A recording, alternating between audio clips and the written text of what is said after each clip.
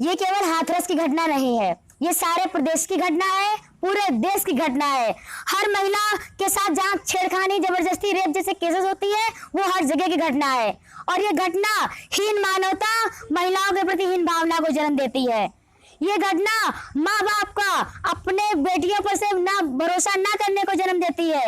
वो चाहते हैं हमारी बेटी पढ़े और आगे बढ़े, लेकिन वो जानते हैं कि उनकी बेटियां सुरक्षित इस देश में, इस प्रदेश में, इस समाज में उनकी बेटियां सुरक्षित नहीं है। इसलिए माँ बाप अपनी बेटियों को पढ़ाते नहीं हैं। पढ़ाते हैं तो सोचते हैं कि इनकी सुरक्षा की जिम्मेदारी कौन लेगा। और कहीं ना कहीं ये कारण आगे चल के ये कारण हो जाएगा कि ये जो बेटियां हैं ये जल्दी विवाह कर दी जाती इसी वजह से कि माँ बाप उनकी जिम्मेदारी नहीं लेना चाहते हैं। उनकी सुरक्षा कौन करेगा? वो उनकी जल्दी शादी करके उनकी जिम्मेदारी किसी और के पल्ले बांध देते हैं, अपना दामन वो झाड़ लेते हैं।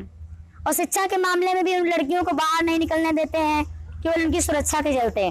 तो बहुत सारी दिक्कतें आ रही हैं। अगर ऐसा ही चलता रहा तो वो दिन दूर नहीं जब लोगों का भरोसा जो है शासन प्रशासन और पुलिस प्रशासन पर से उठ जाएगा।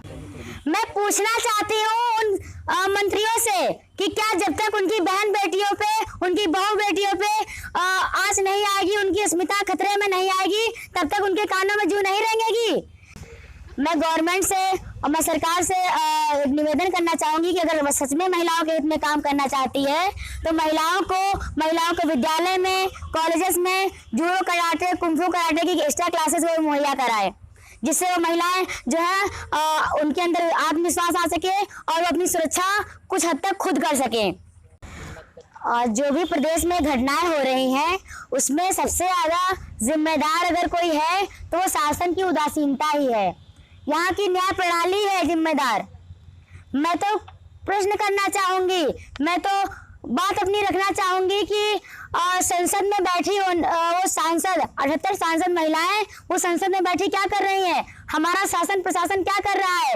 अगर वो संसद में बैठकर हम महिलाओं के हित की बात ना कर सके, हम महिलाओं की सुरक्षा की बात ना कर सके तो उसका संसद में होना बेकार है।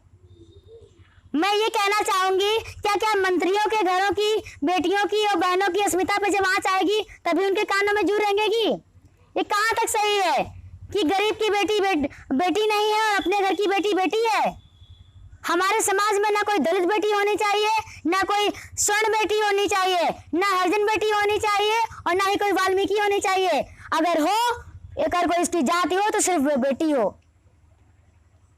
विगत कई दिनों से मैं देख रही हूँ कई सारी राजनीतिक पार्टियां जो है केवल अपनी राजनीति चमकाने में लगी हुई हैं।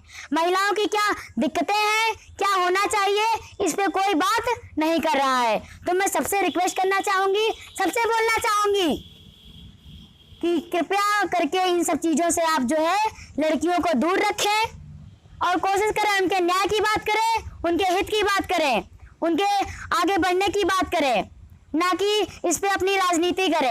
मैं सबसे बड़ी जिम्मेदार शासन की उदासीनता को ही मानती हूँ इन घटनाओं के लिए, क्योंकि अगर हमारा शासन कठोर होगा तो ऐसा करने वालों के दिलो दिमाग में दहशत रहेगी कि अगर हम किसी की बहू बेटी पे हाथ डालेंगे, किसी की बहू बेटी, किसी की बहन बेटी पे हाथ डालेंगे तो हमारा शासन और प्रशासन हमारी बहन बेटियों के साथ में है।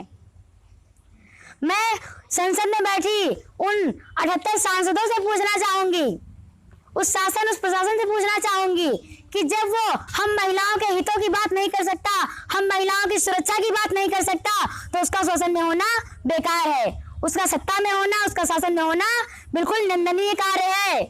क्योंकि आप किस लिए गए हो? हमारी आवाज उठाने के लिए, हमारे हितों की बात करने के लिए। और अगर आप नहीं कर पा रहे हो तो आपका कोई हक नहीं है वहां बैठने का। इसलिए मैं कहना चाहूंगी कि शासन की उदासीनता, शासन के जो कार्य हैं, सरकार के जो कार्य हैं, प्रशासन के जो कार्य हैं वो बहुत ज्यादा निंदनीय है। इसी वजह से घटनाएं बढ़ रही हैं। हाँ, मैं मानती हूँ कि सरकार ने बेटी पढ़ाओ और बेटी बचाओ का नारा दिया, लेकिन जो ये आए दिन घटनाएं हो रही हैं इसमें दोनों बातें गलत साबित हो रही हैं। अगर हम बेटी पढ़ाने की बात कर लें तो सबसे बड़ी बात आ जाती है बेटियों की सुरक्षा की।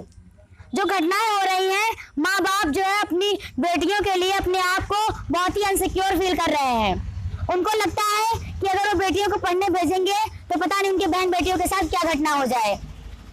इसीलिए कई सारे माँ बाप हैं, कई सारे गार्जियन हैं जो अपनी बेटियों को ज्यादा पढ़ाते नहीं हैं। उनको डर लगा रहता है कि उनकी बेटियां बाहर सुरक्षित नहीं है।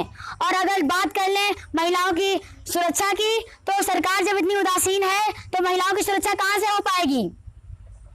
जब तक सरकार हमारी, जब तक हमारा कानून कठोर नहीं होगा, तब तक ये आए दिन घटनाएं बढ़ती ही रहेंगी। क्योंकि लोगों के दिलों में दहशत नहीं रहेगी, लोगों के दिलों में डर नहीं रहेगा कि उनका शासन, उनका प्रशासन बहू बेटियों के साथ में है।